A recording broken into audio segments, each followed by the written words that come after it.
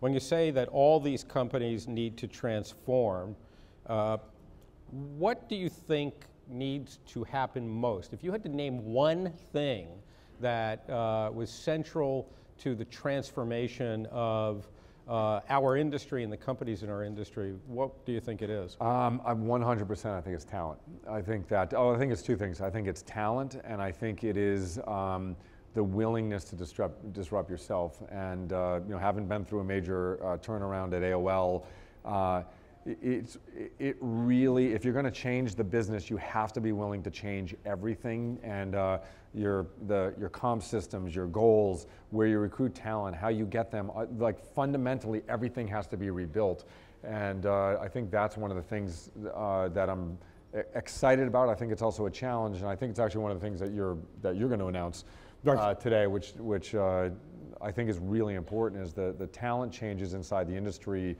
Traditional companies or internet companies, the chart I just showed, the 4 to 34, means we have to continue to change our talent base also. Yeah. So what Tim is referring to is today we are announcing the launch of the IAB Education Foundation, a new nonprofit corporation in our industry that will be run by the IAB, that will be devoted to the improvement of the talent pool in our industry and the building of diverse employment in our industry. It will focus specifically in bringing training and continuous development opportunities to underserved constituencies in our industry: racial, ethnic, gender, really about women as well, economic diversity, veterans.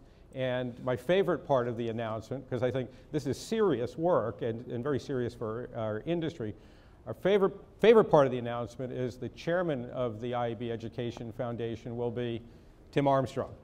Thank you, Tim.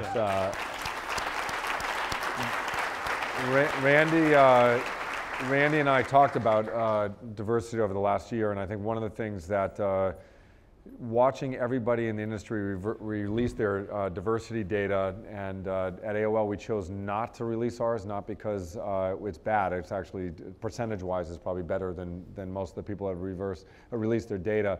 But we wanted to have a solutions-driven approach to it, and I think through partners, we have a partnership with the Year Up, which is an amazing company, and other partners around building diversity at our own company, and IAB has a partnership with Year Up as well. When Randy called about it, and I think one is Randy and the IAB do an amazing job of solving industry-wide issues. I think diversity is a super issue for us overall as an industry. It's also a huge opportunity. So the opportunity to basically with Randy is we're going to go on a roadshow, and we're going to do a bottoms-up diversity solutions roadshow over the next 3 to 4 or 5 months, and meet with people in all different cities across the country in our industry to build a coalition around diversity. And I think that was a huge opportunity that we as a company were looking for a solution on, but the IAB is actually much better positioned to put something real and meaningful in place. Yeah, I mean, what we're going to start doing is, you've seen, those of you from the US, because we have a lot of non-US folks here, but we've seen the numbers being released by companies in our industry which show very poor gender diversity, especially the further up you go in our organizations, but also not good numbers on ethnic and racial diversity, certainly not on economic diversity, and we just simply have to change it. We have to change it because it's the right thing to do, it's morally good, but also, and this is the part you and I have talked about for years, we're in the advertising and media industry. We are supposed to be ahead of the culture because this is where the culture is moving. If you want your company to do well, you have to be where people are moving to.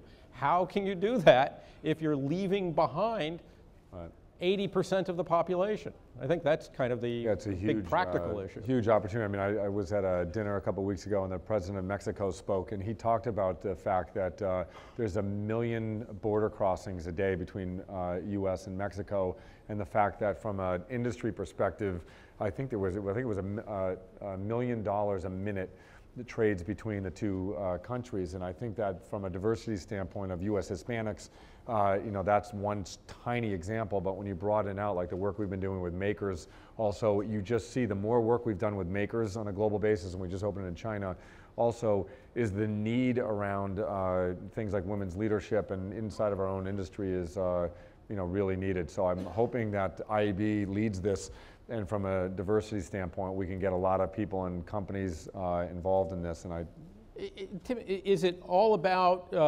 hiring engineers, or getting more people from underserved backgrounds into engineering programs? Is that really the goal that we need to? No, I think the goal is, you know, company-wide. I mean, all of the companies that I go visit are all looking for, I would say, digital native people to come in and help them transform their business. And it doesn't matter if it's accounting or marketing or engineering.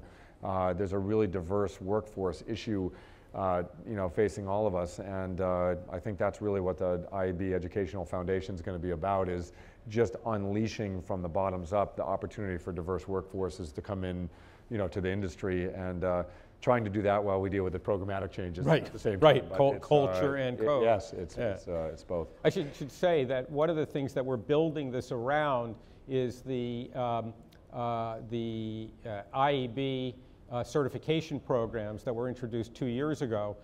You may not have paid attention to that slide at the beginning, but since the launch of the IAB Digital Sales Certification Program 2 years ago, June, we now have 4,000 certified digital salespeople. We have hundreds of certified digital ad ops people. We're expanding this into data management and other areas. And the reason I'm mentioning this is a credential that you can actually take to the bank and get hired with.